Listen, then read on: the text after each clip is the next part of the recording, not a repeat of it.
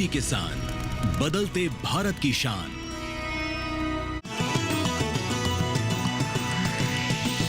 DD किसान, बदलते भारत की शान।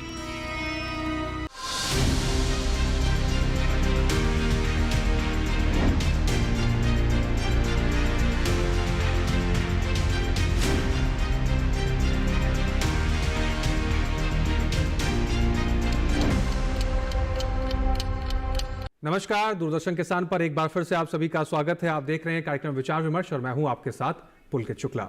हर बार की तरह विचार विमर्श का एक कार्यक्रम लेकर हम फिर से हाजिर हैं आपके सबके साथ।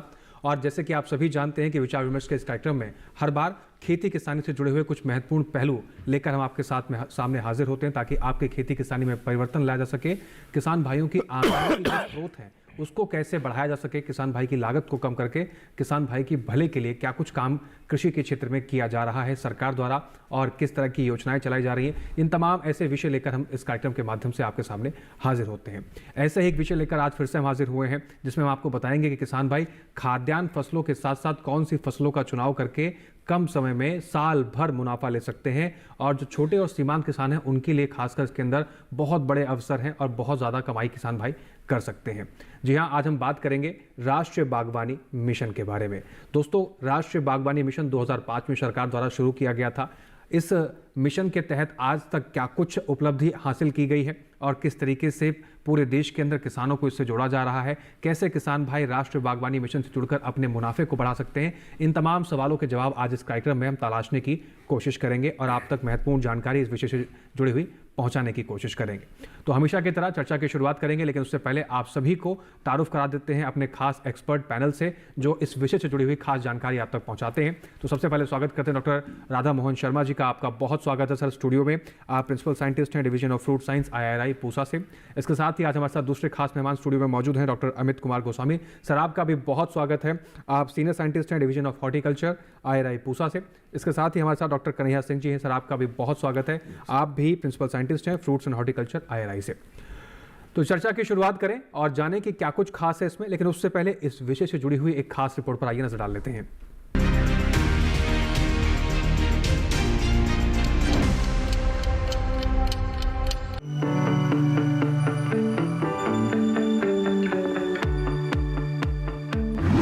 बागवानी के तहत फल, सब्जियां, कंदीय फसलें, मशरूम, कच फ्लावर समेत सजावटी पौधे, मसाले, रोपण फसलें और औषधीय व सुगंधीय पौधे आते हैं।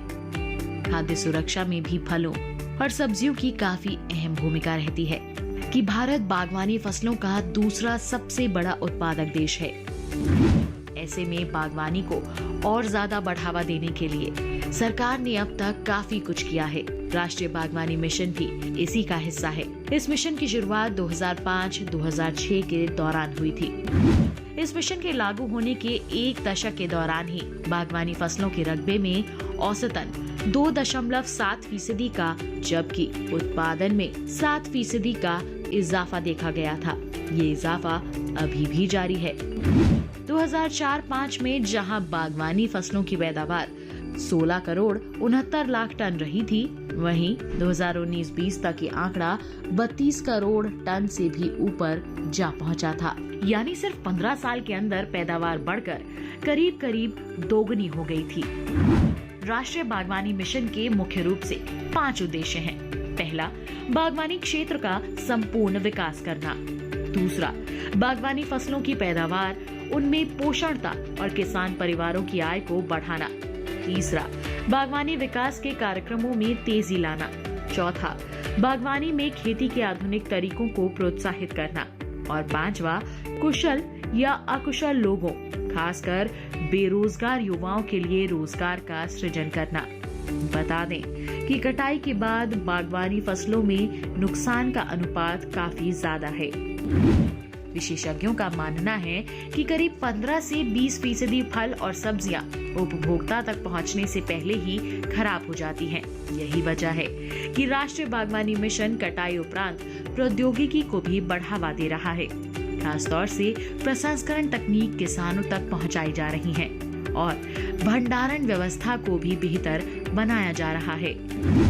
बागवानी क्षेत्र के संपूर्ण विकास के लिए खेती के आधुनिक तरीके शामिल किए जा रहे हैं। हालांकि केंद्र सरकार ने एक कदम और आगे बढ़ाते हुए एकीकृत बागवानी विकास मिशन की शुरुआत की है और राष्ट्रीय बागवानी मिशन को इसमें शामिल किया है। एकीकृत बागवानी विकास मिशन फल, सब्जी, मशरूम, मसालों, फूल, सुगंधित पौधों, नारियल, काजू, कोको, बांस आदि बागवानी क्षेत्र की फसलों के समय विकास के लिए एक केंद्र प्रायोजित योजना है। इसके जरिए बागवानी फसलों में उत्पादन और उत्पादकता बढ़ाने की कोशिश की जा रही है।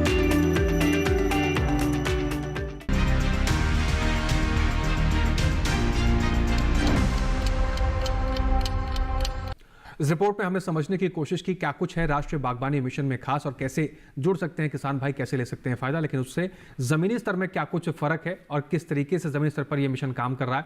आइए जानते हैं अपने खास एक्सपर्ट पैनल से। सबसे पहले डॉक्टर राधा मोहन शर्मा जी का स्वागत करते हैं सवाल से। डॉक्टर राधा मोहन जी, अगर हम बात करें बागवानी फसलों को लेकर और राष्ट्रीय बागवानी मिशन को लेकर, सबसे पहले तो हमें ये बताइए कि बागवानी फसलों की खेती करना और राष्ट्रीय बागवानी मिशन के बीच का जो डिफरेंस है, जो गैप है, ये क्या है और कैसे दोनों को समझा जाए।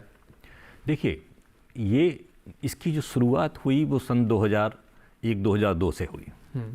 सबसे पहले ये माना गया कि जो खाद्यान्न फसलें हैं, अनाज वाली फसलें हैं, उनमें लगभग आत्मनिर्भरता आ चुकी थी और फिर ये सोचा जा रहा था कि कृषि के क्षेत्र का योगदान जो है सकल घरेलू उत्पाद में हम कैसे बढ़ाएं, क्योंकि उसमें संतृप्तता आ चुकी थी। लेकिन उस वक्त भारत सरकार ने ये सोचा कि हमें कुछ ऐसे सेक्टर्स के बारे में सोचना चाहिए कि जहाँ से हमें ज़्यादा लाभ हो सके, क्योंकि खाद्यान्न फसलों में लगभग सैचुरेशन हो चुकी थी। सन 2001-2002 में कुछ ऐसे सेक्टर्स को पहचाना गया जिनका योगदान, जिसमें बढ़ोतरी की पर्याप्त संभावनाएं थी। जैसे उसमें आपका मिल्क इंडस्ट्री भी थी, पोल्ट्री थी, उसी में एक सेक्टर निकला बागवानी, और उसी को लेके कि भाई इसमें अपार संभावना है, 8 से 9% तक की इसमें वृद्धि की संभावना है। तो उसको लेके ये कहा गया कि अगर हम इन सेक्टर्स को बढ़ावा देंगे तो कृषि का जो योगदान है सकल घरेलू उत्पाद में वो निश्चय ही बढ़ेगा, या जितना वांछित है वहाँ तक हम पहुँचने की कोशिश करेंगे। तो सन 2001-2002 में इसीलिए सबसे पहले technology mission for north eastern region शुरू किया गया, और जिसके बाद उसकी जो सफलता देखी, कुछ दिन के बाद उसमें जो उत्तर पश्चिमी हिमालय के जो 3 स्टेट थे, उत्तराखंड, हिमाचल प्रदेश, जम्मू कश्मीर, उसको भी उसमें जोड़ा गया। और जब उसमें कुछ सफलता मिलती दिखाई दी तो वर्ष 2003 में उस वक्त स्वर्गीय अटल बिहारी वाजपेयी जी ने अपने 15 अगस्त के उद्घोषण में इसको डिक्लेयर किया, जिसको फाइनेंस डिपार्टमेंट ने 2004-5 में इसको 8 जुलाई को डिक्लेयर कर दिया। तो बेसिक जो भाव था इस मिशन के पीछे वो ये था कि उस वक्त जो है हमारा कुल उत्पादन 150 मिलियन टन था बागवानी फसलों का, और ये टारगेट रखा गया कि वर्ष 2011-12 के अंत तक हमें अपना उत्पादन जो है डबल करना, 300 मिलियन टन करना, जिसमें फल, सब्जी, फूल, मसाले और हनी, मशरूम, ये सारी चीज़ें उसमें इन्वॉल्व थी। तो इस उद्देश्य से उसको किया गया था। और जब हमें उसका उत्पादन बढ़ाना था तो उसके लिए 2 चीज़ें बहुत आवश्यक थी। एक चीज़ तो ये आवश्यक थी कि जो हम नए एरिया को अच्छी गुणवत्ता वाले पौधों के अंदर लाएं, मतलब नए बाग हम लगाएं और अच्छी प्रजाति के बागों को लगाएं। और दूसरा ये था कि जो भी बाग हमारे यहाँ एग्जिस्ट कर रहे थे उनकी उत्पादकता को हम कैसे बढ़ाएं। तो एक दो ही तरीके थे जिससे हम अपने उत्पादन को दोगुना कर सकते थे, और उसी का प्रतिफल है कि आज हम दोगुने से भी आगे निकल चुके। जी, तो राष्ट्रीय बागवानी मिशन की शुरुआत किस तरीके से हुई, इसकी पृष्ठभूमि क्या कुछ रही, डॉक्टर राधा मोहन शर्मा जी ने बहुत बेहतर तरीके से बताया। डॉक्टर कन्हैया सिंह जी का रुख करते हैं। डॉक्टर कन्हैया जी, अगर हम बात करें खाद्यान्न फसलों को लेकर, तो खाद्यान्न का अर्थात अगर इसको अनुवाद किया जाए तो यही होता है कि खाने योग्य जो फसलें हैं। जी। बागवानी फसलों में भी वही खाने योग्य फसलें हैं। तो खाद्यान्न फसलें और बागवानी फसलों में अंतर कैसे समझा जाए? क्या बागवानी फसलें की डिमांड हमारे देश में ज़्यादा है खाद्यान्न फसलों के मुकाबले, और किसान भाई क्या खाद्यान्न फसलों की तरफ ज़्यादा रुख करते हैं, बागवानी फसलों की तरफ अभी उनका कम रुझान है, ऐसा कुछ देखते हैं आप? फिलहाल तो ये देखा जाए, यदि पिछले 2013 के बाद से देखा जाए तो आज कम से कम हमारे देश में जो खास तौर से जो हमारी बागवानी फसलें हैं इनका जो उत्पादन है कम से कम जो है हमारे जो खाद्यान्न फसलें हैं इनसे कहीं ज़्यादा हो गया है। और ये लगातार प्रतिवर्ष माने ये खाद्यान्न जो हमारा उत्पादन है हमारा बागवानी फसलों का या बागवानी फसलों का, ये आपके खाद्यान्न फसलों से ज़्यादा ही हो रहा है। तो ये शो कर रहा है कि धीरे धीरे हमारे किसान भाइयों के अंदर जो है इस बागवानी फसलों को उगाने की जो है ललक है। और सबसे बड़ा जो आप कह रहे हैं कि दोनों में क्या अंतर है, अंतर ये है कि जितनी भी हमारी बागवानी फसलें हैं ये एक तरह से कैश क्रॉप है, ये माने नकदी मूल्य वाली हैं, चाहे वो सब्जी हो, चाहे वो फल हो, चाहे वो रोपड़ फसलें जिसे हम कहते हैं कि प्लांटेशन क्रॉप हो, चाहे फूल हो, चाहे आपकी हनी हो, शहद हो, चाहे आपके ये क्या बोलते हैं स्पाइसेस हैं, प्लांटेशन क्रॉप्स है, मेडिसिनल एरोमेटिक प्लांट्स हैं, जितनी भी फसल हैं ये आपकी सब नकदी फसलें हैं। तो इस तरह से किसान भाइयों का हमारा रुझान धीरे धीरे बढ़ रहा है। और जैसा कि आज हम लोग बात कर रहे हैं राष्ट्रीय बागवानी मिशन के अंतर्गत, तो ये सारी फसलें जिसका हमने नाम लिया है फल, सब्जी, फल फूल, बागानी फसलें, मसाला, औषधि पौधे, सुगंधित पौधे, इवन हनी तक, जहाँ तक कि हम लोग कहते हैं कि जो पॉलिनेशन के काम में जो शहद के लिए पॉलिनेशन के लिए हनी भी आती है, मधुमक्खियाँ हैं, मधुमक्खी पालन भी इसका एक अंग है। तो इस तरह से हम लोग इसको बागवानी फसल को ले करके, और आज जैसा कि डॉक्टर अभी हमारे शर्मा सर ने बताया कि आज हम दुगुना से भी ज़्यादा हम लोग इस पे आ गए हैं। पहला जो कार्यक्रम है उसका जो मुख्य उद्देश्य इस बागवानी मिशन का है कि किस तरह से हम अपनी उत्पादकता को बढ़ाएं, जितनी भी हमारी बागवानी फसलें हैं इनकी उत्पादकता को बढ़ाएं। और जैसा कि डॉक्टर शर्मा ने बताया कि पहला उद्देश्य था कि किस तरह से हम अपनी क्वालिटी प्लांटिंग मटेरियल या किस तरह से अपने जो जर्मप्लाज्म है हमारे पूरे भारतवर्ष में, किस तरह से हम उनको हम इनरिच करें, किस तरह से हम क्वालिटी प्लांटिंग मटेरियल पौधरोपण को तैयार करें, तैयार ही नहीं करें बल्कि हम इसको किसानों तक पहुंचाएं, चाहे वो नए तरह के बीज हों, नई तरह की किस्में हों, चाहे वो फल की हों, सब्जी की हों, पुष्प की हों, किसी की भी हों। इसके अलावा जो और कंपोनेंट इसमें जोड़े गए थे, जैसे कि इसमें हाई डेंसिटी प्लांटिंग का है कि किस तरह से हम सघन बागवानी के द्वारा जो है फसल की या फल की उत्पादकता को हम बढ़ाएं। इसके बाद है दूसरा चौथे क्रम में आता है कि किस तरह से हम सिंचाई की विधि को अपनाएं, खास तौर से हमारा जो है ड्रिप इरिगेशन है और आपका स्प्रिंकलर इरिगेशन है। इसके अलावा किस तरह से हम ऑर्गेनिक फार्मिंग माने ऑर्गेनिक खेती को किस तरह से हम बढ़ावा दें। इसके अलावा पोस्ट हार्वेस्ट माने हम फल की तुड़ाई के बाद या सब्जी की कटाई के बाद किस तरह से हम उसके फल या पुष्प का या सब्जी का परिवर्धन करें, किस तरह से हम उनका प्रोसेसिंग करें, किस तरह से उनकी हम मार्केटिंग करें, किस तरह से उनका मूल्य संवर्धन करें। इन सभी चीज़ों को लेकर के हमारे किसान भाई अब आगे बढ़ रहे हैं। और यही कारण है कि हम लोग आज बागवानी फसलों में हम लोग खाद्यान्न फसलों से कहीं अधिक उत्पादन हम प्राप्त कर रहे हैं। जी, तो बागवानी फसलों के अंदर और राष्ट्रीय बागवानी मिशन के तहत ऐसे तमाम कारक हैं, तमाम ऐसे पहलू हैं जिसका जिक्र डॉक्टर साहब ने किया है। रुक करते हैं डॉक्टर अमित कुमार जी का। डॉक्टर अमित कुमार जी, ये तमाम बातें आपने सुनी, डॉक्टर शर्मा जी ने जो बताया, डॉक्टर कन्हैया सिंह ने जो बताया, अब आपका हम रुख समझना चाहते हैं। जो किसान भाई हैं वो खाद्यान्न फसलों के मुकाबले क्या बागवानी फसलों की तरफ रुख करें, तो क्या उनकी जो आर्थिक स्थिति हमारे देश में मौजूदा हालात में है उसमें कितना परिवर्तन हो सकता है, और किसान भाइयों को क्यों बागवानी फसलों की तरफ रुख करना चाहिए? जी, आपने बड़ा अच्छा प्रश्न किया कि हमारे किसान भाइयों को बागवानी की फसलों में क्यों रुख करना चाहिए। देखिए, हमारे देश में 85% के ऊपर जो फार्मर है वो मार्जिनल फार्मर है, मतलब उनकी जो कुल रकबा है वो आप एक हेक्टेयर से भी कम उनके पास में रकबा है। बिल्कुल। अब इतने कम रकबे में अगर किसी को अच्छा उत्पादन लेना है, उसकी इनकम भी बनी रहा है, उसका स्वास्थ्य भी रहा है, उसकी ज़मीन में भी पोषण बना रहा है, उसके शरीर में भी पोषण बना रहा है, उसकी इनकम भी जनरेट हो, तो इसमें बागवानी फसलों के अलावा कोई और दूसरा तरीका नहीं है। बागवानी फसलों के साथ साथ लाइव स्टॉक का जब हम सम्मिश्रण करते हैं तो तब उसकी इनकम जो, जैसे कि हमारे प्रधानमंत्री भी कहते हैं कि हमें अपने फार्मर्स की इनकम डबल करना है, ट्रिपल करना है, तो जो अपने नॉर्मल फसलें हैं उसमें आपको वर्गीकरण करके, आपको उसमें विविधीकरण को अपना के आपको उसमें बागवानी फसलों की तरफ भी रुख करना पड़ेगा। चाहे वो फलों की खेती हो, चाहे वो फूलों की खेती हो, चाहे वो नर्सरी का बिजनेस हो, चाहे वो सुगंधीय औषधीय फसलों की खेती हो, सब्जियों का उत्पादन हो। यही एक सेक्टर ऐसा है जिसमें कृषि में आपको उनकी आय में अच्छा खासा इजाफा देखने को मिलेगा। इसके साथ साथ क्या है कि पहले के एक्सपेंसेस और आज के एक्सपेंसेस में अंतर बहुत हो गया। किसानों के जो खर्चे हैं अब वो पहले की तरह नहीं रहे। तो अब अगर हम इसमें भी अगर हम हॉर्टिकल्चर क्रॉप्स की बात करें तो इसको भी सेक्टर में डिवाइड करता है किसान। कुछ एरिया वो सब्जियों के लिए देता है, कुछ एरिया वो फलों की खेती के लिए देता है, क्योंकि फलों की खेती एक लंबा समय लेती है। बट जो सब्जियों की खेती है उसमें 2 महीने की भी सब्जी है, 3 महीने की भी सब्जी है, 4 महीने की भी सब्जी है, तो उसको आय का छोटा छोटा सा पोर्शन उसको साल भर उसको आय भी मिलती रहती है। इसके साथ साथ इन सबका खुद के पोषण पर भी बहुत फर्क पड़ता है, जमीन की उर्वरक शक्ति भी कम से कम नष्ट होती है और हमारी इनकम भी अच्छी खासी इसमें जनरेट होती है, जो कि साधारण फसलों में संभव नहीं है। जी, तो किसान भाइयों को अब बागवानी फसलों की तरफ रुख क्यों करना चाहिए, इसका सटीक और बहुत बेहतर तरीके से जवाब डॉक्टर अमित कुमार जी ने आप तक पहुंचाया है। आप भी इन सभी चीज़ों पर विचार कीजिए और आप देखिए कि इसमें क्या संभावना है और इसकी संभावनाओं को और बेहतर तरीके से हम तराशेंगे और जानकारी जानेंगे अपने मेहमानों से। लेकिन उससे पहले लेते हैं एक छोटा सा ब्रेक। आप बने रहें, देखते रहें कार्यक्रम विचार विमर्श।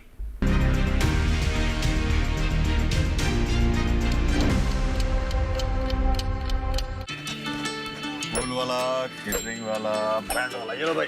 बैंड बजेगी पापा, अगर गड़बड़ हुई तो गए पैसे। अरे नहीं रे, बैंक संभाल लेगा। कैसे? मैंने पॉजिटिव पे सिस्टम पे रजिस्टर किया है। बैंक को चेक्स और बेनिफिशियरीज की जानकारी दे दी है। बैंक चेक करेगा, जांच करेगा, डिटेल्स मैच नहीं तो क्लियरेंस नहीं। अच्छा, लाइए मुझे दीजिए। फोटो वाला, लाइट वाला, मंडप वाला। आरबीआई कहता है जानकार बनिए, सतर्क रहिए। बिल्कुल सही कह रहे हैं।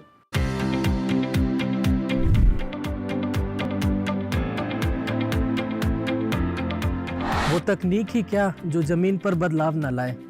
IoT, AI और ML जैसी तकनीकों के इस्तेमाल से एग्रीसेंस, जिसके मदद से किसान भाइयों को प्रिसीजन फार्मिंग की चीज़ें उनके मोबाइल की मदद से पहुंचाते हैं। अपनी मिट्टी को बेहतर समझें हमारे एग्रीसेंस के साथ। देखिए कृषि स्टार्टअप इस शनिवार रात 9:30 बजे और पुनः प्रसारण सोमवार शाम 4 बजे सिर्फ डीडी किसान पर।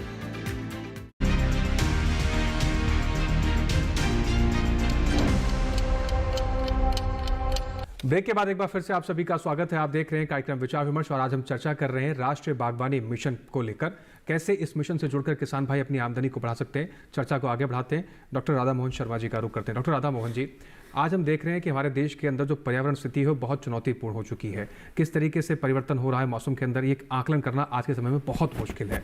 और एक चुनौती ये भी है कि हमारे जो किसानों की ज़मीन है उसकी जो गुणवत्ता है वो कहीं ना कहीं दिन ब दिन खराब होती जा रही है, चाहे उसमें कार्बन डेटिंग हो या फिर कार्बन की जो गुणवत्ता होती है वो भी कहीं ना कहीं कम होती जा रही है। ऐसी तमाम ऐसी चीज़ें हैं जिसका किसान भाई बड़ी चुनौतीपूर्ण तरीके से सामना कर रहे हैं। ऐसी स्थितियों से निपटने के लिए क्या बागवानी फसलें हमारे किसान भाइयों के लिए न केवल उनकी ज़मीन की गुणवत्ता को सुधार करेंगे, जैसे डॉक्टर गोस्वामी जी ने जिक्र किया, और क्या पर्यावरण की जो चुनौतियां हैं उससे भी हम निपट पाएंगे? पर्यावरण की दृष्टि से भी सुखद अनुभव हमें देखने को मिलेगा और ज़मीनी गुणवत्ता में भी सुधार देखने को मिलेगा बागवानी फसलों के चुनाव से। देखिए, आपने दो बातें कहीं, एक तो ज़मीन के स्वास्थ्य की बात हुई और एक पर्यावरण की बात हुई। जब राष्ट्रीय बागवानी मिशन को जब लॉन्च किया गया, उससे जो सफलताएं मिली फिर उससे बहुत सारी स्कीम्स निकली हैं और उसकी सफलता से ही निकली जी। तो जहाँ तक पर्यावरण की बात है तो इससे जुड़ा हुआ एक एग्रो फॉरेस्ट्री मिशन भारत सरकार ने और शुरू किया हुआ है कि जिसमें सामाजिक वानिकी के जो पौधे हैं, जिसमें हमारा आंवला भी आता है, अमरूद भी आ जाता है, कुछ फॉरेस्ट्रीज भी आ जाते हैं। तो एग्रो फॉरेस्ट्री मिशन इसीलिए चलाया गया कि पर्यावरण में पेड़ों द्वारा, चाहे वो फल वृक्ष हों या टिम्बर ट्रीज हों, वो हर मेड़ पे पेड़, एक भारत सरकार ने नारा दिया कि आप अपने खेतों की मेड़ पे ऐसे फल वृक्ष लगाएं या ऐसे पेड़ लगाएं जिससे खेत में छाया भी ना हो और उससे जो खेती से जो मीथेन एमिशन वगैरह होती है उसको हम कैसे कंट्रोल करें। तो उसके लिए एक एग्रो फॉरेस्ट्री मिशन भारत सरकार का अलग से चल रहा है। दूसरा, आपने बात की मृदा स्वास्थ्य की, तो मृदा स्वास्थ्य के लिए मैं एक बात कहना चाहूँगा कि फल जो होते हैं, फल वृक्ष, ये इनको आप उस भूमि का भी उपयोग कर सकते हैं जो प्रायः अच्छी बहुत फर्टाइल नहीं है या बहुत अच्छी इरिगेशन फैसिलिटी वहाँ नहीं है, तो उस ज़मीन का हम प्रयोग कर सकते हैं और ऑर्गेनिक तरीके से भी, क्योंकि ऑर्गेनिक फार्मिंग का भी एक अलग से कंसेप्ट आया है और जो विभिन्न प्रदेशों में जो स्कीम्स चल रही हैं हॉर्टिकल्चर डिपार्टमेंट में, उसमें भी वो जो वर्मी कंपोस्टिंग वगैरह के लिए कुछ पैसा देते हैं ताकि आप अपने मृदा स्वास्थ्य का ख्याल रखें और उससे वर्मी कंपोस्ट 50,000 रुपये लगभग वो भारत सरकार दे रही है। भारत सरकार और स्टेट गवर्नमेंट दोनों मिलकर देते हैं कि हम ऑर्गेनिक फार्मिंग या ऑर्गेनिक फल उत्पादन को अगर हम बढ़ावा देंगे तो हमारा जो मृदा स्वास्थ्य है वो अच्छा रहेगा, साथ ही साथ जो है इससे इसका पर्यावरण पे भी अच्छा प्रभाव पड़ेगा और अल्टीमेटली हम लोगों का स्वास्थ्य भी ठीक रहेगा। जी, डॉक्टर कन्हैया सिंह जी का रुख करते हैं। डॉक्टर कन्हैया सिंह जी, अगर हम बात करें इस मिशन के तहत जो हमने लक्ष्य प्राप्त किए हैं, थोड़ा सा उसके बारे में बताइए कि जब शुरुआत हुई थी तब क्या स्थितियां थी, आज क्या स्थितियां हैं, और उसके साथ साथ जिन चुनौतियों से निपट कर जो लक्ष्य को प्राप्त किया गया उसके बारे में थोड़ा सा अनुभव साझा कीजिए। जैसा कि डॉक्टर शर्मा पहले ही बताए थे कि जिसमें इसकी शुरुआत हुई थी 2005-6 में, 2005 के आसपास, तो उसमें करीब उत्पादन जो हमारा था 150 मिलियन टन के आसपास था। और आज के दिन में इसी से आप अंदाजा लगा सकते हैं कि हम लोग 300 मिलियन टन, इससे भी ज़्यादा हमारा उत्पादन हार्टिकल्चर क्रॉप का 315 ऑलमोस्ट 315 318 के आसपास 16 के आसपास आज के समय में हमारा ये उत्पादन हो रहा है। और इस देखा जाए तो ऑलमोस्ट 2.5 से 3 गुना देखा जाए तो हमारा जो एरिया में एक्सपेंशन हुआ है हार्टिकल्चर क्रॉप से कम 3 गुना से ज़्यादा जो है एरिया का एक्सपेंशन हुआ। और ऑलमोस्ट करीब 5.5 से ऑलमोस्ट 6 से 7% के आसपास जो हमारा उत्पादन बढ़ा है। तो ये जो हार्टिकल्चर मिशन के तहत जो है, बागवानी मिशन के तहत जो विभिन्न आयाम लिए गए, जो विभिन्न कंपोनेंट, जैसा कि मैं पूर्व में ही बताया था, तो विभिन्न आयामों के तहत जिस तरह से भारत सरकार और स्टेट गवर्नमेंट मिल करके दोनों, जैसा कि हम जानते हैं कि इसका जो 85% है जो कंट्रीब्यूशन है वो भारत सरकार की तरफ से है और 15% कंट्रीब्यूशन हमारा स्टेट राज्य सरकार की तरफ से है। इसके अलावा राज्य सरकार भी अपना चलाती है। जैसे कि हम बताएंगे आपको, बिहार में है मुख्यमंत्री बागवानी मिशन योजना।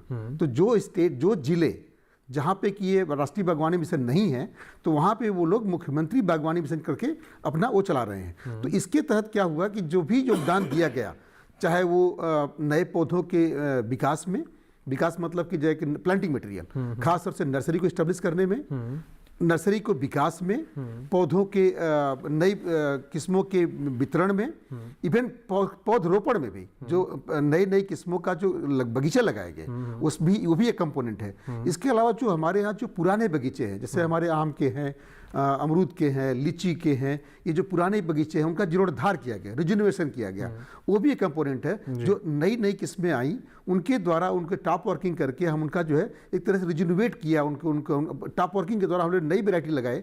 उसके अलावा जो नई किस्में लगाए, और इसमें पानी खास तौर से जल का प्रबंधन जो है ड्रिप इरिगेशन के द्वारा, वो भी एक कंपोनेंट है जिसमें कि भारत सरकार भी और स्टेट गवर्नमेंट दोनों मिलकर इस पर सब्सिडी दे रहे हैं। इसके द्वारा भी जो है आप जल का प्रबंधन बहुत बढ़िया ढंग से किया गया। इसके बाद खास तौर से पोषण प्रबंधन, किस तरह से हम ऑर्गेनिक, इनऑर्गेनिक और सभी को मिला करके हम लोग एक बोलते हैं इंटीग्रेटेड न्यूट्रिएंट मैनेजमेंट, तो किस तरह से पोषण का प्रबंधन किया गया, ये सारी चीज़ें मिल करके ही। इसके अलावा हाई डेंसिटी आर्चर्डिंग, बहुत सारे ऐसे रूट स्टॉक डेवलप किए गए, बहुत जैसे कि हमारा अमरूद में है, मिडो आर्चर्डिंग से लेकर के है 2x1 मीटर पे है, 3x3 मीटर पे है, आम पे 2.5x2 मीटर पे है। मतलब इस तरह से तमाम क्रॉप्स में, तमाम फसलों में, पपीता में है, केला में है, जितनी हाई डेंसिटी आर्चर्डिंग, पाइन एप्पल में है, अनानास में है, तो इन फसलों में जो हमने हाई डेंसिटी आर्चर्डिंग किया, तो इससे कम 2 से 3 गुना जा करके ऑलमोस्ट जो है फल के उत्पादन में हमारा जो है बढ़ोतरी हो गई। तो ओवरऑल जो डेवलपमेंट हुआ हमारा, देखा जाए जब से शुरू हुआ और तब से जो है करीब हमारे एरिया में, क्षेत्रफल में ऑलमोस्ट 2.5 से 3 गुना, और जो उत्पादन में हुआ जो ऑलमोस्ट 6 से 7% जो है गुना जो है ऑलमोस्ट हमारा जो है बढ़ गया, उत्पादन बढ़ गया 6 से 7% जो है। जी, बहुत बेहतर तरीके से राष्ट्रीय बागवानी मिशन की जो शुरुआत हुई थी, आज वो किस मुकाम पर इसका आपने एक नमूना देखा है। फिलहाल डॉक्टर अमित कुमार जी का रुख कर लेते हैं। डॉक्टर अमित कुमार जी, अगर हम बात करें आम किसान के जो इस कार्यक्रम को देख रहे हैं, हमको जो सुन रहे हैं, अगर उनके नज़रिए से जानना चाहें, कोई किसान कहाँ से शुरू करे अगर शुरुआती तौर पर देखा जाए, क्योंकि बागवानी मिशन के अंदर तमाम ऐसी फसलें हैं, चाहे वो फल की है, सब्जी की है, चाहे मसाले की, औषधीय पौधे की है। किसान भाई अगर शुरू करना चाहता है तो वो चुनाव किस फसल से करे? क्या सब्जी चुने पहले, क्या फल चुने, औषधीय पौधे चुने, मसाले चुने, क्या चुने, कैसे शुरू करे, कहाँ से कितना खर्चा आएगा, सरकार इसमें क्या प्रोत्साहन राशि दे रही है, सरकार की सहायता किस प्रकार से मिला, कितना राशि इसमें दिया जा सकता है? देखिए, इसकी शुरुआत जब भी कोई किसान नए तरीके से करता है तो बागवानी की शुरुआत में सबसे सरलतम शुरुआत मानी जाती है फलों की खेती की। फलों की खेती में क्या होता है कि एक बार अगर हमने अपना ऑर्चर्ड इस्टेब्लिश कर लिया तो उसमें लंबे समय तक अपन को बहुत अच्छी इनकम मिलती है, रेगुलर इनकम मिलती है। उसके बाद उसमें क्या होता है, हर चीज़ के कुछ ना कुछ कारक और प्रतिकारक होते हैं। बिल्कुल। फलों की खेती में एक बार लगाया, आपको पता चला कि 2 साल के बाद में इसमें, जैसे हम उदाहरण लें अमरूद का, तो अमरूद में साल में 2 बार फलन आता है। अमरूद में आपको एक बरसात की फसल मिलती है, एक सर्दियों की फसल मिलती है। किसान भाई चाहें तो उसमें से बरसात की फसल को हम फसल चक्र में परिवर्तन करके सर्दियों की गुणवत्तायुक्त फसल ले सकते हैं। तो ये तो हुआ सबसे पहले कि फलों की खेती का चयन। इस मिशन के कारण किसान भाई कैसे लाभान्वित होते हैं, इस मिशन में जो सबसे बड़ा इंपॉर्टेंट इसका जो जिसको कहते हैं ना टर्निंग पॉइंट रहा, वो रहा क्वालिटी प्लांटिंग मटेरियल की अवेलेबिलिटी का। फलों की खेती में सबसे बड़ी समस्या क्या होती थी कि हमारे पास में क्वालिटी प्लांटिंग मटेरियल की अवेलेबिलिटी नहीं रहती थी। इसमें उसने राज्य सरकार के संस्थान, केंद्र सरकार के संस्थान, नर्सरीज और जितने भी और लोग इस मिशन में इन्वॉल्व हैं, उन सारे लोगों का इंटीग्रेशन इस मिशन के माध्यम से हुआ। 85% फंडिंग इसमें सेंट्रल गवर्नमेंट की रही, 15% फंडिंग इसमें स्टेट गवर्नमेंट की रही। इसके कारण क्या है, छोटे छोटे प्रोजेक्ट्स पूरे राज्य सरकारों को दिए गए।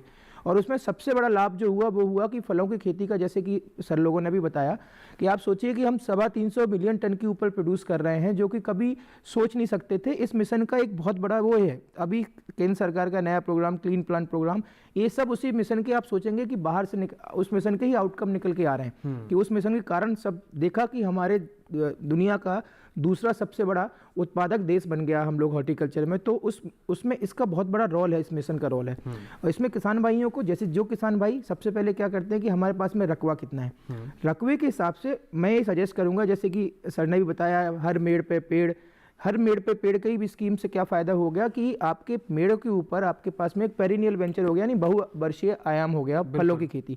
उसके साथ साथ छोटे छोटे रकबे में आपको पहले ऐसी सब्जियों का चयन करना है जिसमें आपको रोज कुछ इंटरवेंशन नहीं लगे। जैसे आप कंदमूल वाली फसलें ले लें, इस टाइप की फसलें ले लें, पहले आप उसमें अपनी एक्सपर्टाइज डेवलप करें। कई किसान भाई, क्योंकि आईसीआर के बहुत सारे संस्थान ट्रेनिंग देते हैं, स्टेट यूनिवर्सिटीज ट्रेनिंग देती हैं, फूलों की खेती में भी बहुत लाभ है।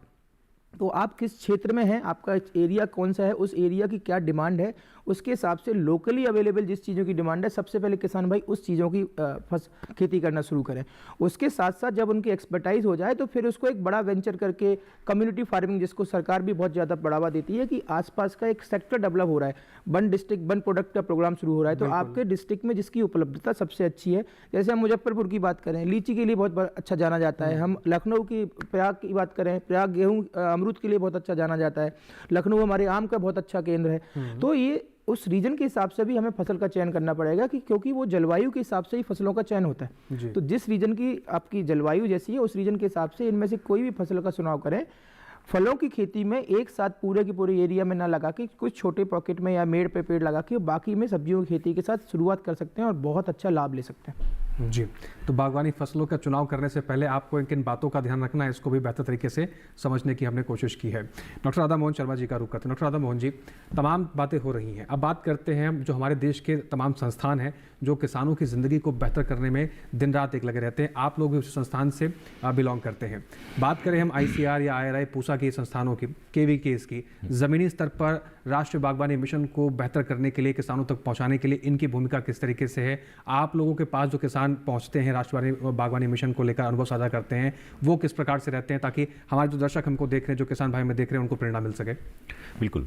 सबसे पहले मैं ये कहना चाहूँगा कि जब इसकी शुरुआत हुई है तो ये इसका संचालन जो है प्रादेशिक बागवानी विभाग हैं उनके थ्रू हुआ। जो स्टेट डायरेक्टर होते हैं, स्टेट डिपार्टमेंट ऑफ हॉर्टिकल्चर से, वहाँ से शुरुआत हुई। और इसमें 2 कंपोनेंट रखे गए थे। एक तो रिसर्च एंड डेवलपमेंट रखा गया था, जो जैसे हम जैसे साइंटिस्ट लोग हैं या स्टेट एग्रीकल्चर यूनिवर्सिटी के साइंटिस्ट हैं, उनको दिया गया किसी विशेष समस्या को समाधान के लिए कि किसी क्षेत्र में अगर बागवानी के क्षेत्र में कोई समस्या आ रही है तो आप इस पर रिसर्च करें, इसके आउटकम दें। और दूसरा जो पार्ट था वो था सीधा किसानों को जो सब्सिडी या उसमें जो शेयर देना था।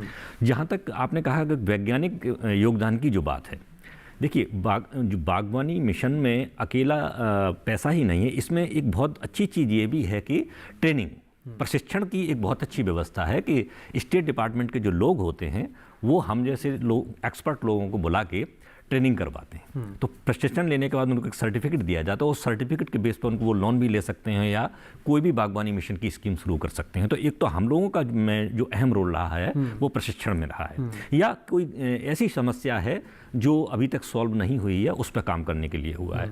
तो इस तरह से वैज्ञानिक योगदान इस तरह से है।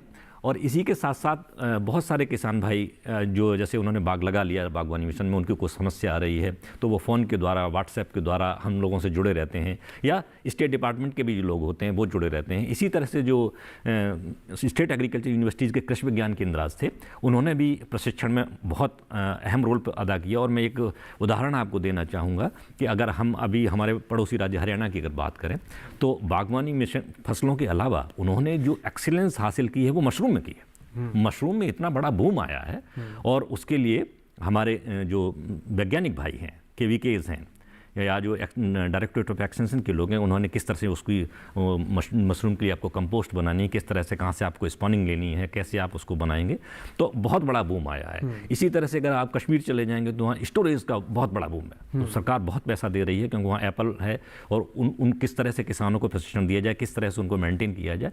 तो वैज्ञानिक योगदान डायरेक्टली इनडायरेक्टली बहुत ज़्यादा रहा है, क्योंकि हम लोगों की ही सर्विसेज जो है, चाहे वो नर्सरी एक्रेडिटेशन की बात हो या क्वालिटी गुणवत्ता वाली बात हो, क्योंकि यूनिवर्सिटीज़ ने बहुत अच्छी गुणवत्ता वाले पौधे जो है किसान भाइयों को राष्ट्रीय बागवानी मिशन के तहत ही प्रोवाइड किए हैं, ताकि जो नया एरिया जो आया है बागवानी फसलों के अंतर्गत, वो अच्छी प्रजाति और उस प्रजाति की जिसकी संस्तुति वहाँ के लिए की गई हो, उन प्रजातियों की अच्छी गुणवत्ता वाले पौधों को देके उत्पादन बढ़ाया है। कि जैसा हमारे साथी बताया भी कि हम 2004-05 में जब बागवानी मिशन शुरू हुआ था तब हमारा फलों का उत्पादन 45 मिलियन टन था, आज हम 112 मिलियन टन पे। तो इसी तरह से चाहे वो हनी की बात हो, मशरूम की बात हो, तो वैज्ञानिक योगदान प्रशिक्षण के रूप में, एक्सपर्टाइज के रूप में, या विशिष्ट समस्याओं को के समाधान के लिए लिया गया है, और जिसके जो है पॉजिटिव इफेक्ट्स देखने को मिले। जी, किसी भी क्षेत्र में से जुड़े हो आप, चाहे वो खेती किसानी हो या अन्य कोई सेक्टर हो, उसमें अगर प्रशिक्षण ना हो तो किसी भी मुकाम को हासिल करना बहुत मुश्किल हो जाता है, ये तो जाहिर है। रुक करते हैं डॉक्टर कन्हैया सिंह जी। डॉक्टर कन्हैया सिंह जी, कमाई की बात हो रही है हमारे किसान भाइयों की, कमाई को कैसे बढ़ाया जाए। हर कोई ये जिक्र करता है कमाई कैसे बढ़ाया जाए, लेकिन साथ साथ जब कॉस्टिंग की बात आती है कि क्योंकि कमाई करने के लिए कॉस्ट लगाना भी ज़रूरी है, खाद्यान्न फसलों की कॉस्टिंग की अगर तुलना की जाए बागवानी फसलों से तो उसमें कितना अंतर आता है। साथ ही साथ आपने इरिगेशन का जिक्र किया, हम ये भी देख रहे हैं कि हमारे पास जो जल संरक्षण के जल स्रोत के जो माध्यम है वो धीरे धीरे कम होते जा रहे हैं, और जो सिंचाई की व्यवस्था है वो धीरे धीरे उसकी मांग बढ़ रही है, क्योंकि जल कम होगा तो मांग भी ज़्यादा बढ़ेगी। ऐसे में ड्रिप इरीगेशन है, तमाम तरह की इरीगेशन व्यवस्था है, फर्टिलाइजर्स का प्रयोग, इरीगेशन, कटाई छटाई, स्टोरेज की व्यवस्था, इन तमाम खर्चों को अगर देखा जाए तो क्या बागवानी फसलों में या बागवानी फसलों से जो जुड़े हुए जो किसान भाई हैं उनका खर्चा खाद्यान्न फसलों के मुकाबले कम पड़ता है, या कॉस्टिंग की अगर बात की जाए तो लगभग बराबर ही पड़ता है? यदि आप शुरुआत की बात करेंगे, जैसे हम लोग कहते हैं कि जब हम शुरू करते हैं बागवानी फसलों की खेती का जो कार्यक्रम होता है, शुरुआत में खर्च ज़्यादा आता है। शुरुआत खर्च का मतलब ये हुआ कि जैसे आप प्लानिंग करते हैं जब आप बाग लगाने की, तो लेकिन जब उसको हम लॉन्ग टर्म में देखते हैं, जब एक बार पौधा लग गया, जैसा कि डॉक्टर गोस्वामी ने बताया कि एक बार अमरूद लगा दिया या एक बार आम लगा दिया तो कम से कम 40 से 45 साल तक वो बना रहता है। तो यदि हम देखें कि उसका जो इनिशियल कास्ट है, गड्ढा खुदाई में, पौधे के रोपण में, लगाने में, उसकी शुरुआत में खाद पौधे का जो चार्ज है इसको आप ज़्यादा आएगा, लेकिन यदि उसको हम लॉन्ग टर्म में देखा जाए तो वो बहुत ही कम हो जाता है।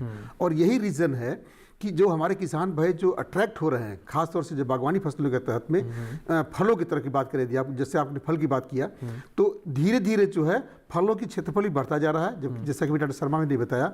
और यही कारण है कि ऐसा नहीं है कि लागत है, लेकिन यदि आप देखेंगे तो उसके अपेक्षा लागत लॉन्ग रन में धीरे धीरे बराबर या कम हो जाती है। और इस तरह से चूंकि इसमें उपज ज़्यादा है, उपज जो है हमारी है, जो बागवानी फसलों की जो उपज है अन्य की तुलना में, चाहे वो सब्जी हो, चाहे वो चाहे वो फूलों की खेती हो, मेडिसिनल प्लांट हो, हनी हो, मशरूम हो, ये जितने भी हैं आपके, जैसे सब्जी की बात कर लें हम, सब्जी ऑलमोस्ट आपको 3 से 6 महीने में सब्जी आ जाती है।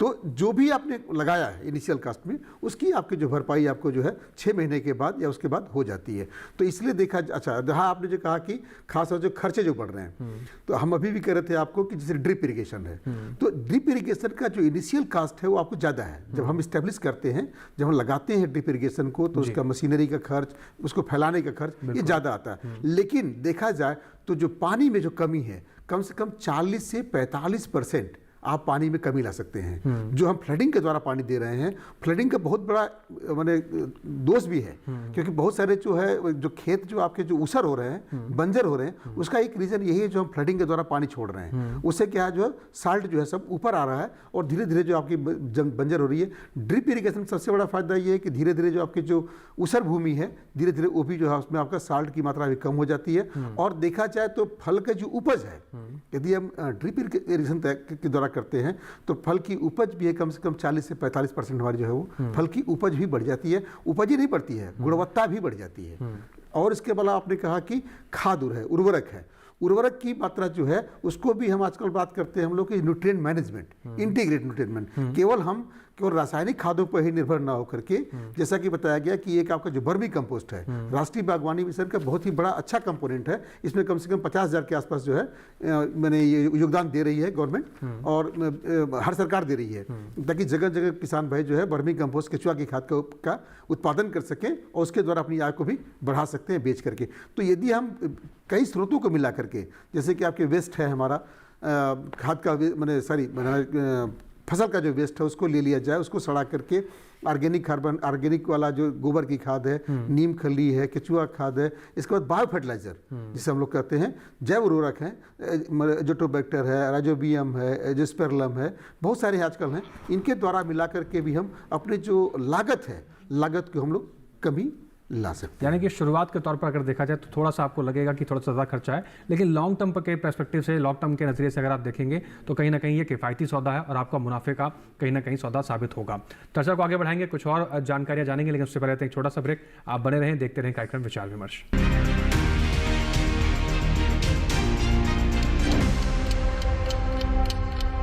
कमरिया कमरिया कमरिया करेला बहुत आनंद आया, वेरी गुड, बहुत सारी शुभकामनाएं। तुझे माथे पे सजा दूंगी ऊपर वाले ने आपको ऐसी कला से नवाजा है कि उसका कोई सानी ही नहीं है।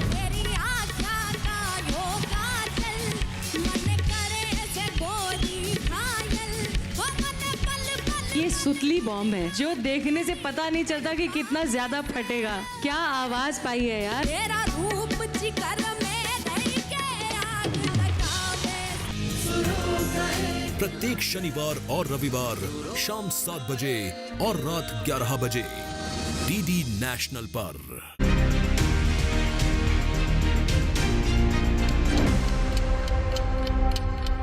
ब्रेक के बाद एक बार फिर से आप सभी का स्वागत है। आप देख रहे हैं कार्यक्रम विचार विमर्श और एक बहुत महत्वपूर्ण विषय पर आज हम चर्चा कर रहे हैं, राष्ट्रीय बागवानी मिशन से कैसे किसान भाइयों की जिंदगी में बदलाव आ सकता है। चर्चा को आगे बढ़ाते हैं, डॉक्टर अमित कुमार गोस्वामी जी का रुख करते हैं। डॉक्टर अमित कुमार जी, अगर हम बात करें प्राकृतिक रूप से, जैसे वर्मी कंपोस्ट का जिक्र किया सर ने और तमाम चीज़ों का जिक्र किया, प्राकृतिक रूप से भी क्या बागवानी मिशन के क्षेत्र में हम आगे बढ़ सकते हैं? और जिस तरीके से हम देखते हैं कि आज हमारे देश के अंदर खेती के अंदर संरक्षित खेती का भी बहुत अच्छा चलन है और बहुत अच्छा खासा उत्पादन किसान भाई ले रहे हैं, इन दोनों के अंतर को समझाइए। और किसान भाई अगर प्राकृतिक रूप से आगे बढ़ते हैं या संरक्षित रूप से बढ़ते हैं तो किस में ज़्यादा मुनाफा ले सकते हैं? देखिए, प्राकृतिक खेती का सबसे पहले तो एक जो पर्पज़ है वो हमें केमिकल फ्री फार्मिंग करना है। हम जैसे आपको एक छोटी सी फसल का उदाहरण देते हैं, अमरूद की फसल का उदाहरण देते हैं आपको। अमरूद में एक ही समस्या सबसे बड़ी आती है, वो होती है फल मक्खी की समस्या जी। प्रकृति ने अमरूद को 2 बार फूल दे रहे, हमने सिर्फ उसकी फ्लावर की थिनिंग करी और उसमें फिर बैगिंग कर दिया। सिर्फ एक बैगिंग के इंटरवेंशन से, हमारे बैगिंग के प्रयोग से हमने उसको पूरा नेचुरल फार्मिंग में अमरूद को उगाना शुरू कर दिया। 60% फार्मर्स को उसके रेट अच्छे मिल रहे हैं, उसकी साइनिंग भी रह रही है, उसमें फ्रूट की क्वालिटी भी अच्छी हो रही है और 1% भी किसी स्प्रे की जरूरत नहीं पड़ रही है। सो प्राकृतिक खेती का सबसे अच्छा कहीं प्रयोग कर सकते हैं तो वो हम सिर्फ फलों की खेती में इनसे में बहुत अच्छे से कर सकते हैं, क्योंकि हमारे पास में दूसरी तकनीकियां जो कि हमें जैसे इंसेक्ट रिपेलेंट की बात करें हम लोग, फेरोमोन ट्रैप्स की बात करें, तो ये सारी चीजें हमें कीटनाशकों से प्रयोग से कम कर सकते हैं। अब बायो फॉर्मुलेशन अवेलेबल हो गए हैं और उसके साथ साथ अगर आप देखेंगे कि नीम बेस्ड जितने भी पेस्टिसाइड जा रहे हैं। तो ये सारी चीज़ों का प्रयोग हम फलों की खेती में बहुत अच्छे से कर सकते हैं। अब आपने कही संरक्षित खेती की बात। संरक्षित खेती के लिए सब्जियों और फूलों की खेती में बहुत अच्छा प्रयोग हो रहा है, और इसमें जो अभी ऑर्गेनिक फॉर्मुलेशन, जितने भी अभी इतने अच्छे अच्छे प्रोडक्ट आ रहे हैं ऑर्गेनिक फॉर्मुलेशन में, उनके प्रयोग से हम बिल्कुल प्राकृतिक खेती का अच्छा खासा मतलब जिसको बोलेंगे कि रेसिड्यू फ्री या केमिकल फ्री जितने भी प्रोडक्ट्स हैं, हम बहुत अच्छे से फलों की और सब्जियों की खेती में इसका प्रयोग कर सकते हैं, और इससे किसान भाई बहुत अच्छा लाभ ले सकते हैं। जी, डॉक्टर राधा मोहन शर्मा जी का रुख करते हैं। डॉक्टर राधा मोहन शर्मा जी, तमाम फल सब्जियां तो और फूलों की खेती या मसालों या औषधीय पौधों की खेती हो रही है। बात हम करते हैं एग्जॉटिक जो फ्रूट्स हैं, आज हमारे देश में उनकी मांग भी बहुत ज़्यादा बढ़ रही है। न केवल ये हमारे शरीर की गुणवत्ता को बेहतर करते हैं, बल्कि कहीं ना कहीं ये किसान भाइयों की आमदनी के नज़रिए से देखा जाए तो भी कहीं ना कहीं इसमें बहुत ज़्यादा फ़ायदा है।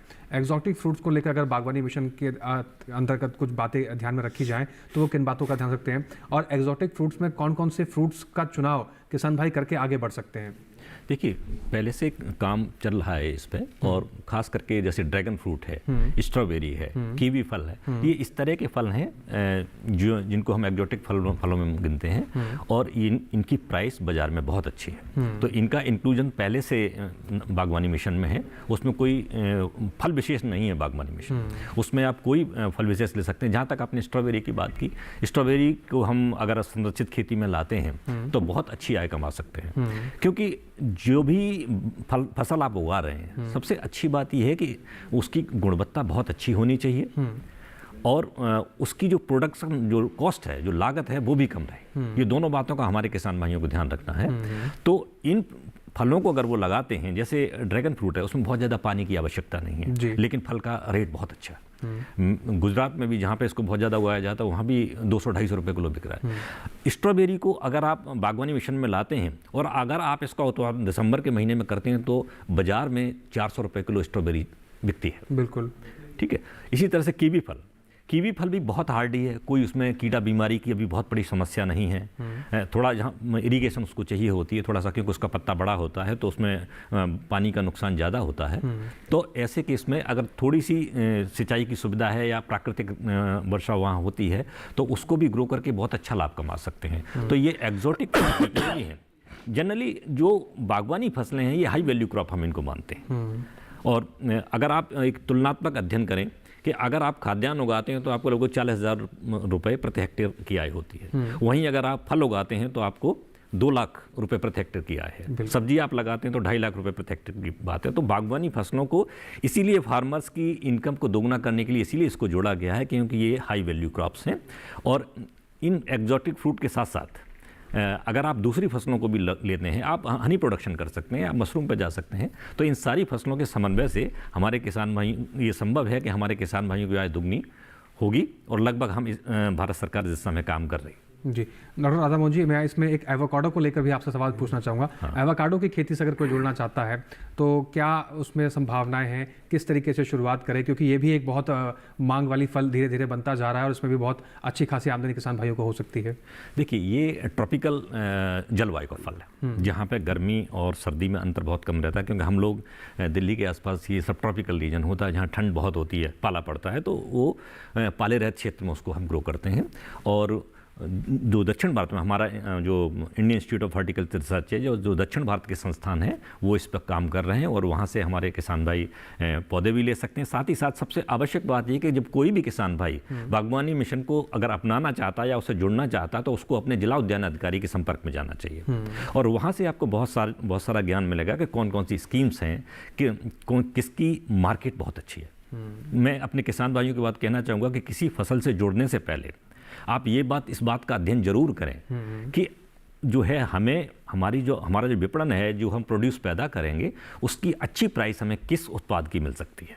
तो उस फसल को अपनाएं, और अपने जिला उद्यान अधिकारी से वो संपर्क कर सकते हैं, वहाँ से ट्रेनिंग ले सकते हैं, और उसके बाद काम शुरू कर सकते हैं। तो जहाँ तक आपने एवोकाडो की बात की, और क्योंकि ये अभी बाज़ार में बहुत ज़्यादा प्रचलित नहीं है, ये रिच फैट का फ्रूट है, इसमें जो है तेल ज़्यादा होता है, तो दक्षिण भारत में इसकी खेती जो है शुरू हो गई है, और हमारे बहुत सारे किसान भाई ICAR संस्थानों से जुड़ रहे हैं और इसकी खेती शुरू कर रहे हैं। जी, डॉक्टर कन्हैया जी का रुख करते हैं। डॉक्टर कन्हैया जी, जिस तरीके से आपने शुरुआत में बताया कि जो राष्ट्रीय बागवानी मिशन के जो परिणाम थे, उस सुखद परिणाम की वजह से कई ऐसी चीज़ें निकलकर सामने आई जिसकी वजह से बाकी सेक्टर्स का भी कहीं ना कहीं ग्रोथ होना शुरू हो गया।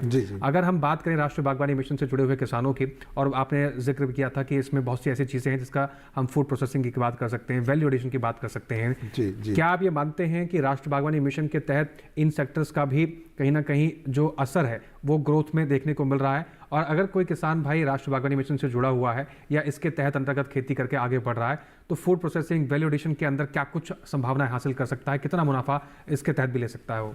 जैसा पहले मैं बताया था, एक्चुअली जो हमारा जो फलों में जो लॉस है, जो हम जो फल उगाते हैं, जो उत्पादन करते हैं, उसमें कम से कम 15 से 20%, कभी कभी तो हम 25% तक लॉस पाते हैं। क्यों लॉस पाते हैं? कि जब उत्पादन हमारा ज़्यादा होता है जिस समय पे, उसको बाजार में पहुंचा नहीं पाते। हाँ, बाजार में पहुंचा नहीं पाते, अब पहुंचाते भी हैं बाजार में तो उसका मूल्य नहीं मिलता है। तो यदि हमारे किसान भाई इन उत्पादों का मूल्य संवर्धन कर दें, जिसको हम लोग कहते हैं वैल्यू एडिशन, तो यदि हम किसान भाई यदि थोड़ा सा उसमें मूल्य संवर्धन की बात करें, जैसा आप उसी की बात ही कर रहे हैं आप कि प्रोसेसिंग की बात कर दें, तो कम से कम जो हमारा जो वर्तमान में जो मूल्य मिल रहा है उसका कम से कम 2 गुना ज़्यादा, 3 गुना ज़्यादा उसका जो है उस उत्पाद का हमको मिलेगा। जैसे कि हम बताते हैं, जैसे कि डॉक्टर अभी गोस्वामी जी बात कर रहे थे, जैसे अमरूदी है, अमरूद के बहुत सारे प्रोडक्ट हैं, आम ही को ले लीजिए, अमरूद आम के बहुत सारे प्रोडक्ट हैं, केला के चिप्स से लेकर के क्या क्या नहीं बन रहा है आजकल, पपीता का है, तो इतने उत्पाद है खास तौर से हमारे फलों में, अचार है, मुरब्बा है, चटनी है, जूस है, स्क्वैश है, कार्डियल है, तो इतने इन उत्पादों को बना करके हमारे किसान भाई एक अच्छी उपज प्राप्त कर सकते हैं और अच्छी इनकम प्राप्त कर सकते हैं, जैसा कि हम लोग कहते हैं डबलिंग इनकम। तो डबलिंग इनकम भी इसका एक पार्ट है। इसका माने डबलिंग इनकम के अंतर्गत यदि हम इसको फूड प्रोसेसिंग या वैल्यू एडिशन करते हैं, हमारे फलों का, सब्जियों का, फूलों का, यहाँ तक कि जितने भी उत्पाद हैं हमारे बागवानी से फलों से संबंधित, फल से लेकर के सबके, इवन आप हनी की जो बात कर रहे थे आप, हनी की प्रोसेसिंग से लेकर के यदि अच्छी प्रोसेसिंग हो जाए तो आज आप जानते हैं कि आज के दिन में तमाम कंपनियां हनी की जो है किस तरह से उसकी प्रोसेसिंग करके किस तरह से लोग उसका कमाई कर रहे हैं। तो इस तरह से किसान भाई जो है, तो एक तो हम मूल्य संवर्धन के द्वारा जो हमारी उत्पादन हो रहा है उसमें जो कमी ला रहे हैं हम, क्योंकि हम जो सड़ने से बचा रहे हैं, 20 से 25% जो उत्पाद हमारा सड़ जा रहा है उस सड़ने से बचा लेंगे तो हमारा ऑलरेडी जो हमको मिलना चाहिए किसान भाई को, जो असल उसकी जो कीमत मिलना चाहिए वो मिल रही है। उसके बाद हमें उसके उत्पाद का यदि हम उसका हम प्रोसेसिंग कर रहे हैं, मूल्य संवर्धन कर रहे हैं, तो उसके द्वारा भी हम इसको बढ़ा सकते हैं। तो और ये बहुत बड़ा कंपोनेंट है, जैसा कि आपने बताया राष्ट्रीय बागवानी मिशन, राष्ट्रीय बागवानी मिशन का एक बहुत बड़ा कंपोनेंट है, बहुत बड़ा अवयव है, ये एक भाग है उसका कि हम किस तरह से अपने उत्पादों का मूल्य को संवर्धन कर सकें। और इसी के द्वारा ही, राष्ट्रीय बागवानी मिशन के द्वारा ही किसान भाई बहुत तरह के, जैसे कि कोल्ड स्टोरेज से लेकर के बहुत सारे ऐसे इंफ्रास्ट्रक्चर, मार्केटिंग से चेन, कूल चेन सिस्टम से लेकर के, मार्केटिंग से लेकर के बहुत सारे ऐसे उसमें प्रावधान हैं जो किसान भाई हमारे बड़े अच्छे से कर सकते हैं और अपनी उपज को या अपनी जो इनकी जो क्या बोले लाभ है, लाभ को अपने बढ़ा सकते हैं। जी जी, डॉक्टर अमित कुमार जी का रुख कर लेते हैं आखिरी में। डॉक्टर अमित कुमार जी, समय समाप्ति की ओर इशारा कर रहा है, हालांकि बातें बहुत सी करनी है आप लोगों से, लेकिन जाते जाते मैं आपसे जानना चाहूँगा कि जाते जाते हमारे किसान भाइयों को आप आखिरी में क्या कुछ संदेश देना चाहेंगे, क्या कुछ ऐसी जानकारी देना चाहेंगे जिससे हमारे किसान भाई जो हैं वो राष्ट्रीय बागवानी मिशन से आगे बढ़ चढ़ कर हिस्सा लें और इस क्षेत्र में आगे बढ़कर अच्छा खासा मुनाफा कमाएं? देखिए, अगर हम लोग अपने पुरानों की बात करें तो उसमें एक वो है कि ऐसी गऊ की पूंछ पकड़ो जो बैतरणी पार करा दे। इस समय राज्य सरकार है, केंद्र सरकार, आपके सारे सरकारी संस्थान, ICAR के इंस्टीट्यूट, स्टेट यूनिवर्सिटीज, ये सारे लोग कोलैबोरेटिव होकर आपको वो सारी चीज़ें दे रहे हैं जो एक पैकेज ऑफ प्रैक्टिस होता है। तो किसान भाइयों से निवेदन है कि इस नाव पे सवार होकर अपनी आय को भी डबल करें, अपने घर के पोषण को भी ठीक करें, अपने जेब के पोषण को भी ठीक करें और अपनी ज़मीन में सस्टेनेबिलिटी की जो हम बात करते हैं कि हमारी चीज़ों में क्षरण हो रहा है, वो सारी चीज़ों को भी आप रोक सकते हैं। तो आपका भी फ़ायदा है, पर्यावरण का भी फ़ायदा है और आपकी ज़मीन का और परिवार का सबका फ़ायदा है। इस मिशन का लाभ लें, इस मिशन से अपने पोषण और राष्ट्र के पोषण में आप भागीदार बने। जी, तो बहुत महत्वपूर्ण जानकारी राष्ट्रीय बागवानी मिशन के तहत आज हमारे जो खास एक्सपर्ट, खास पैनल रहे, इन्होंने आप तक पहुंचाई है। हम उम्मीद करेंगे जो किसान भाई इस कार्यक्रम को देख रहे हैं, जो दर्शक हमारे देख रहे हैं, वो बढ़ चढ़कर इस कार्यक्रम में हिस्सा लेंगे, इस मिशन में हिस्सा लेंगे और अपनी आमदनी का एक अत्यधिक जरिया जरूर बनाएंगे। राष्ट्रीय बागवानी मिशन के तहत जुड़कर आप साल भर अच्छी खासी इनकम जनरेट कर सकते हैं और किसान भाई अपनी ज़िंदगी को और बेहतर कर सकते हैं। और यही उद्देश्य हमारे कार्यक्रम का है कि हमारे किसान भाई इन जानकारियों का सही समय पर सही तरीके से इन जानकारियों का इस्तेमाल कर अपनी खेती किसानी में परिवर्तन लेकर आए और मुनाफा कमा सकें। इसके साथ ही आज के इस कार्यक्रम में बस इतना ही। डॉक्टर राधा मोहन शर्मा जी, आपने कीमती समय निकालकर स्टूडियो में पहुंचे और बहुत महत्वपूर्ण जानकारी आपके साझा की, उसके लिए आपका बहुत शुक्रिया। डॉक्टर अमित कुमार गोस्वामी जी, आपका भी बहुत शुक्रिया। डॉक्टर कन्हैया सिंह जी, आपका भी बहुत शुक्रिया। आप तीनों मेहमानों ने बहुत महत्वपूर्ण जानकारी हमारे दर्शकों तक पहुंचाई। तो ये था आज का हमारा कार्यक्रम विचार विमर्श। उम्मीद करते हैं जानकारियां आपको पसंद आई होंगी। हमारे इस कार्यक्रम से जुड़ी हुई आपको कोई भी जानकारी या कोई भी सुझाव आप हम तक पहुंचाना चाहते हैं तो आपको पता है आपको क्या करना है। आप हमें ईमेल कर सकते हैं। आप हमारी ईमेल आईडी नोट कर लीजिए। हमारी ईमेल आईडी है vichar-vimarsh08@gmail.com। इसके अलावा आप हमारे विचार विमर्श के इस कार्यक्रम की कोई जानकारी आपसे छूट गई है या कोई जानकारी आप दोबारा से देखना चाहते हैं तो उसके लिए भी आपके लिए व्यवस्था की गई है। आप डीडी किसान के यूट्यूब चैनल पर जाकर विचार विमर्श के इस कार्यक्रम को देख सकते हैं। आपको करना बस इतना है, टेलीविजन स्क्रीन पर हम आपको एक QR कोड दिखा रहे हैं। इस QR कोड को स्कैन करके आप सीधा डीडी किसान के यूट्यूब चैनल पर पहुंच जाएंगे। वहां पर भी विचार विमर्श के इस कार्यक्रम को आप कहीं पर भी कितने लोगों के साथ बैठकर भी दोबारा से भी देख सकते हैं और कई लोगों तक इस जानकारी को पहुंचा सकते हैं। इसके साथ ही आज के कार्यक्रम में बस इतना ही। फिर मिलेंगे आपसे इसी दिन, इसी समय, इसी चैनल पर। फिलहाल के लिए दीजिए हमें और हमारी टीम को इजाजत। नमस्कार।